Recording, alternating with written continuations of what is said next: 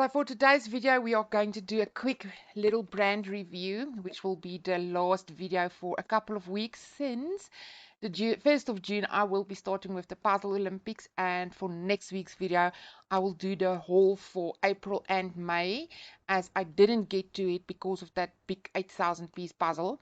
So I've got 2 months worth of puzzles to share with you. But before we get to that, let's talk about page publications. So first of all, I must say I really love the size of the box. We've got a pretty side image, the small image on the front, another side image, full image on the back. On the back, we've got the company name and everything. And it is Page Publications, and it is from New York, but it is printed in China, if I understand this correctly. This specific puzzle was published in 2021, so I don't even sure if this brand is still in existence. But all in all, love the box size because, as you know, the smaller the boxes, the more you can put into a shelf spacing, and 1,000 pieces fit in here with ease. No problem with that. The only negative for the small box as this one, puzzle does not include a poster, which might be a problem. Personally, for me, I didn't really use the box to assemble the puzzle because it was one of the easiest puzzles I've ever assembled. So I rarely looked at the box image, except to maybe determine which square is where. If I've got the yellow pieces, I could see, okay, it's just below that one. If it's the purple, the turquoise and yellow one, it's it's the third one, fourth one down on that side. So other than to locate where the squares are, I didn't really use the image for detail and to determine which piece goes there. So box size, love it. Maybe for people that, or a different image, and people that would have preferred a bigger image, I would have included a poster for this one. And then if we go to the puzzle pieces itself, I already assembled this one.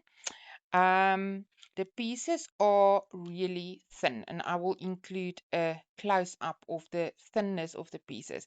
It's not the thinnest I've ever assembled. I've seen thinner pieces, but compared to popular brands, this could have been a little bit thicker.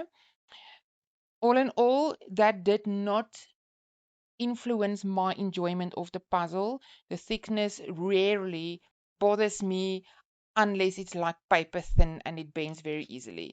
This is not flimsy, it's not easily bendable, so even though it is thinner than regular puzzle brands, it wasn't so thin that it felt like paper or anything.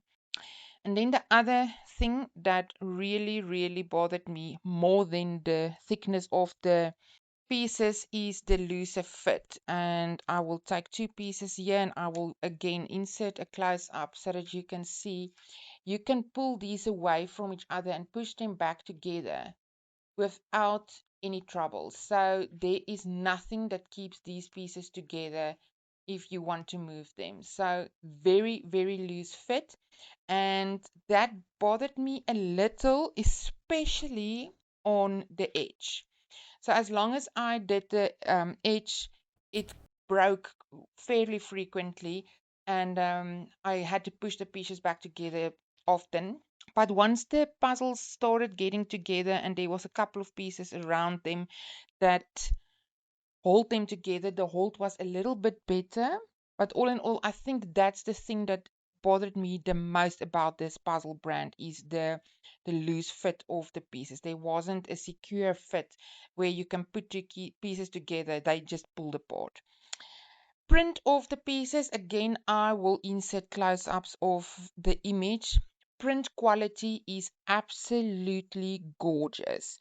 Very clear, very defined lines. With print wise, I can't complain at all. It is a slightly glossy finish, but I've seen other brands with even glossier pieces. For instance, Ebu it's definitely not as glossy as Ebu. Again, it didn't take away from the enjoyment of the puzzle, but it is somewhat more glossy than other matte pieces. But the print is absolutely gorgeous, no problems there. What I can say about this puzzle, in the end, it took me only 3 hours and 41 seconds to assemble this puzzle, which makes it the fastest 1000 piece puzzle I think I've ever assembled since I timed myself assembling the puzzles. I did this in one sitting, which is quite rare for me. Usually I do get up for at least one break for drinking snacks and a bathroom break. So this one I was able to do in one sitting, 3 hours 41 minutes. I think the only other puzzle I ever did under 4 hours was a fun box, and it was closer to the region of 3 hours and 45 or 3 hours 50 minutes, which definitely makes this one the fastest up to date.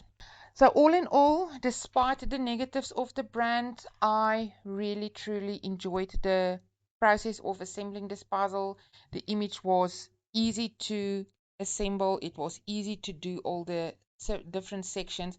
Every section was like 15 or 18 pieces per square, which made it very easy to recognize which pieces go to where. And like I said, I maybe looked at the box just to determine which piece lay next to, or which square lay next to the other square. So yeah, I know a lot of people love the square type images, having it sectioned off, and it just makes it so much easier to assemble. So I believe if this image was published on another different brand, this would have been a top-notch puzzle. Uh, but again, I enjoyed it. I can't fault the enjoyment of the puzzle despite the negatives. So, despite all the negatives about the brand, the thinner pieces, and the looser fit, I must say I really did enjoy the puzzle. The image made up for a lot of the shortcomings, and it was, especially with the thinness of the pieces, not that bad overall. So please let me know if you are familiar with the brand, and if you are, how it compares to other budget puzzles in your area. I can only assume this is a budget puzzle. And with that in mind, I will say that I don't think I will pay full price for this brand, but I will give it another one a try if I can get it as a second hand at a good price. But yeah, all in all, I really enjoyed it, especially the image. So, and with that, I would just like to say thank you so much for watching. I really, really appreciate your time. Take care, and I'll see you in the next one.